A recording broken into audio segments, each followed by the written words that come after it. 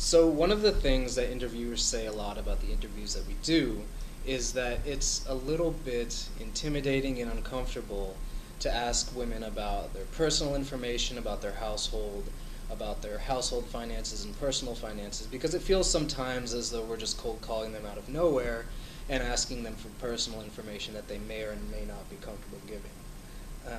I've been doing interviews for about 6 months, and I've found that one of the best ways to get around that is to drive home the point and really emphasize that all we're doing is updating information that they've already given us. They've given us this information in their application to the class, they've given this to us in their business status update on the last day of class. This is just, all we're doing is making sure that the information we already have on them is accurate and up to date.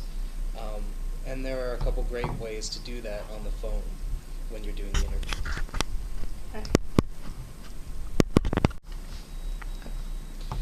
Ok, perfecto. Entonces vamos a seguir. La siguiente parte tratará sobre su situación financiera y del hogar.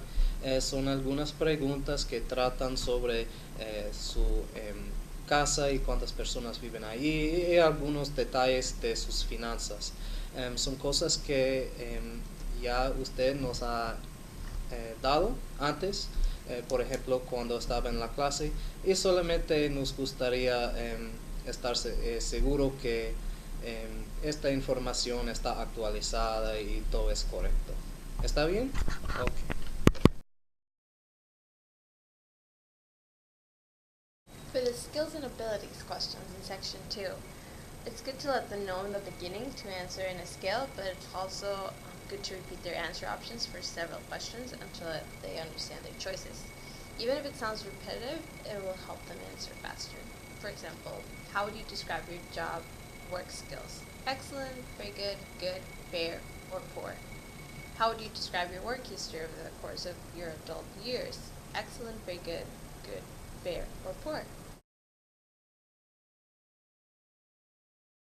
Sometimes they say they only have 20 minutes, and even if you insist it only takes 30 to 40 minutes, they say their job and their family, personal life, they only have 20 minutes to spare, in which case you can skip certain sections. The most important pages are obviously one, the contact information to be able to keep in contact with them, and then you can skip kind of the more personal questions and go right to the business financials, which is page 4, 5, 6, and the top of 7.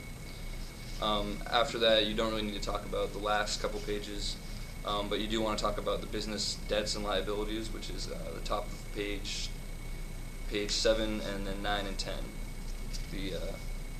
Talking about their household liabilities, assets, and debts. It's kind of the most important sections, and you can end it after that.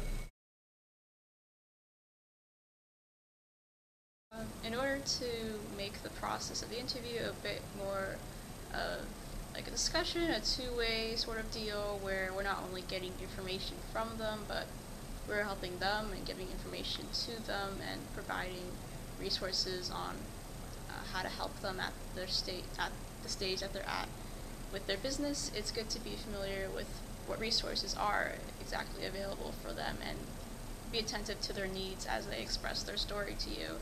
So at the end, if they happen to express financial needs, you can refer them to our financial coordinator. You can email or send the email or phone number. It's also good to be familiar with client services coordinator as well as SuccessLink.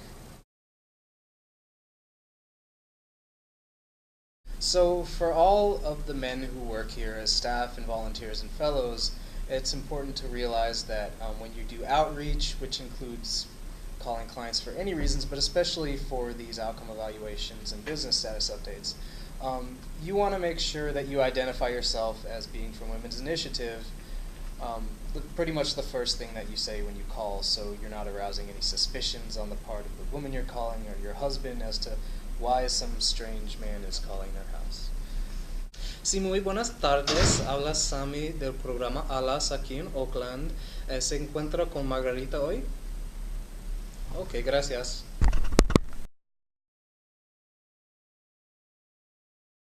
What I've found as an interviewer is that almost all of my interviews take place the first time I reach the clients on the phone, as opposed to leaving voicemails and having them call back, or when I call them and schedule an interview, the majority of the time they then are not able to make the scheduled time.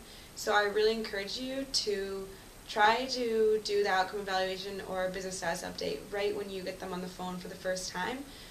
So instead of discouraging them and saying it's going to be a long interview or can we schedule a time, just really ask them, do you have some time right now? I'd love to get it done now. And hopefully they will accept that.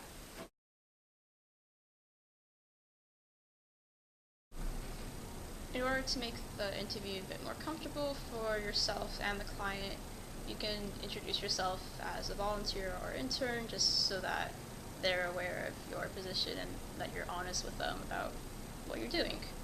I also like to, or when I do get nervous, because I do get nervous fairly often, I kind of remind them how unoften I have done these interviews or how infrequently. Like I can say, this is only my first interview, or no, this is only my first or second interview, I hope you understand. If I start to stumble, I might say that, and clients have been pretty responsive, kind of laugh sometimes, and are, supportive. Oh, it's okay, I understand, keep going, you're doing great.